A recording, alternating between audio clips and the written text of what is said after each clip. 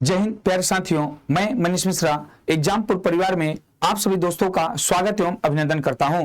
प्यारे साथियों, हम हैं कलम से क्रांति और सपनों के इस जंग में आप सभी दोस्तों का स्वागत एवं अभिनंदन है। आज की इस क्लास में हम लोग यहाँ पे उपराष्ट्रपति से संबंधित जो भी महत्वपूर्ण अनुच्छेद हैं उसको दोस्तों एक नजर में देखने वाले हैं। दोस्तों, भारतीय संविधान का आर्टिकल 63 कहता है, आप देखेंगे कि भारत का एक उपराष्ट्रपति होगा।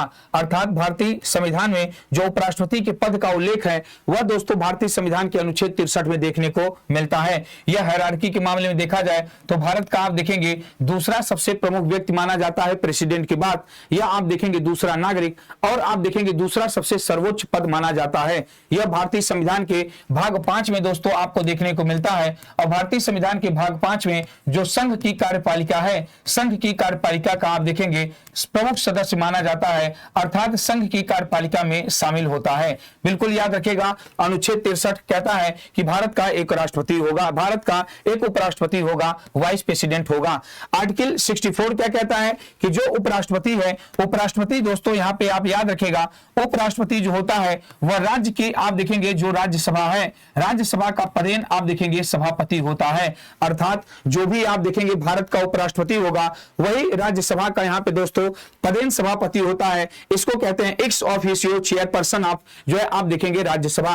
अर्थात भारत का जो भी जो है आप देखेंगे उपराष्ट्रपति होगा वह निश्चित तौर पे भारत के आप देखेंगे राज्यसभा का पदेन सभापति होता है। और यह भी याद रखेगा कि राज्यसभा का दोस्तों यह सदस्य नहीं होता है। यह कई बार परीक्षा में पूछता है कि वह कौन सा ऐसा सदन है जिसका दोस्तों यहाँ पे जो अध्यक्ष है वह उस सदन का सदस्य नहीं होता। तो यह राज्यसभा का सदस्य तो नहीं होता लेकिन राज्यसभा का पदेन सभापति होता है। हालांकि एक बात याद रखेगा, राज्यसभा के सदस्य बनने जैसी योग्यता इसके पास अनिवार्य रूप से होनी चाहिए। राज्यसभा का सदस्य बनने की योग्यता हो लेकिन राज्यसभा का दोस्तों सदस्य नहीं होना चाहिए। नेक्स्ट आप देखेंगे यहाँ पे 65 की बात कर रहा है। आर्टिकल 65 अनुच्छेद आप देखेंगे 65 कहता है कि भैया आप देखेंगे उपराष्ट्रपति यहाँ पे किसी भी प्रकार से जब भी राष्ट्रपति के पद की रिक्ति होगी, आकस्मिक रिक्ति हो या आप देखेंगे राष्ट्रपति की अनुपस्थिति हो तो यह क्या करता है, यह कार्यवाहक राष्ट्रपति के रूप में काम करता है। आप सभी साथियों को ध्यान देना है, कार्यवाहक राष्ट्रपति की बात किया जाए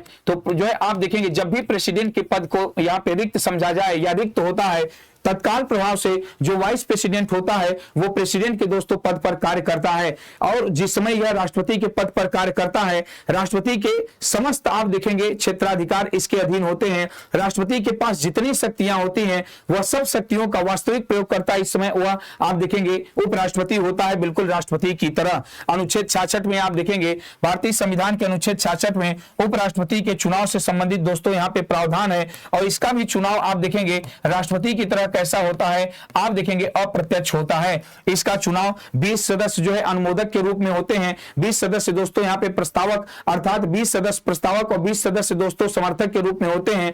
अप्रत्यक्ष चुनाव होता है, बैलेट पेपर से चुनाव होता है, गुप्त मतदान होता है। दल बदल कानून दोस्तों इसके चुनाव में लागू नहीं होता है। बहुत इंपॉर्टेंट है, यहाँ पे वाइस प्रेसिडेंट के इलेक्शन की बात हो रही है। भारतीय संविधान के अनुच्छेद 66 में इसका प्रावधान जो है किया गया है। आर्टिकल 67 देखेगा उपराष्ट्रपति के कार्यकाल का दोस्तों यहाँ पे प्रावधान करता है। भारतीय संविधान के आप देखेंगे भारतीय संविधान के अनुच्छेद 67 में यह आप देखेंगे स्पष्ट तरीके से कहा गया है कि भारत के जो उपराष्ट्रपति होंगे उनका कार्यकाल सामान्यतः 5 वर्ष का होगा। और यह कार्यकाल कब से गणना किया जाएगा, जिस समय से दोस्तों वह शपथ ग्रहण कर लेते हैं उसी समय से आप देखेंगे उनके कार्यकाल की गणना की जाएगी। अगर भारतीय संविधान के आर्टिकल 68 में देखें तो उपराष्ट्रपति की आप देखेंगे कार्यालय की जो रिक्ति है, यहाँ पे उपराष्ट्रपति के कार्यालय की रिक्ति की पूर्ति के लिए चुनाव के समय का दोस्तों निर्धारण किया गया है। अगर आकस्मिक रिक्ति की पूर्ति हो तो चुने गए व्यक्ति का कार्यकाल क्या होगा, क्या वह शेष कार्यकाल के लिए होगा, क्या वह पूर्ण कार्यकाल के लिए उपराष्ट्रपति होगा, इन सब बातों का दोस्तों अर्थात जो है उपराष्ट्रपति के कार्यालय के आप देखेंगे यहाँ पे उपराष्ट्रपति के दोस्तों ध्यान दीजिएगा कार्यालय से संबंधित जो प्रावधान है वह भारतीय संविधान के अनुच्छेद 68 में इसका प्रावधान किया गया है। अगर यहाँ पे भारतीय संविधान के आर्टिकल 69 की बात करें तो उपराष्ट्रपति से संबंधित शपथ का दोस्तों यहाँ पे प्रावधान किया गया है। और वाइस प्रेसिडेंट को जो शपथ दिलाते हैं वह भारत के महामहिम अर्थात यहाँ पे प्रेसिडेंट होते हैं, राष्ट्रपति महोदय इनको शपथ दिलाते हैं।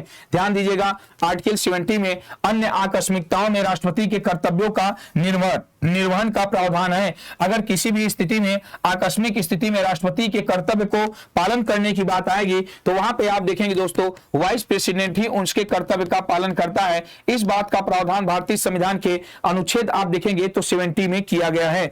अगर दोस्तों हम लोग यहाँ पे आर्टिकल 71 की बात करें तो जो वाइस प्रेसिडेंट है, वाइस प्रेसिडेंट के चुनाव से संबंधित कोई भी जुड़ा हुआ मामला होगा वह सिर्फ और सिर्फ सुनवाई करने का अधिकार दोस्तों भारत की सर्वोच्च न्यायपालिका अर्थात सुप्रीम कोर्ट के पास होता है।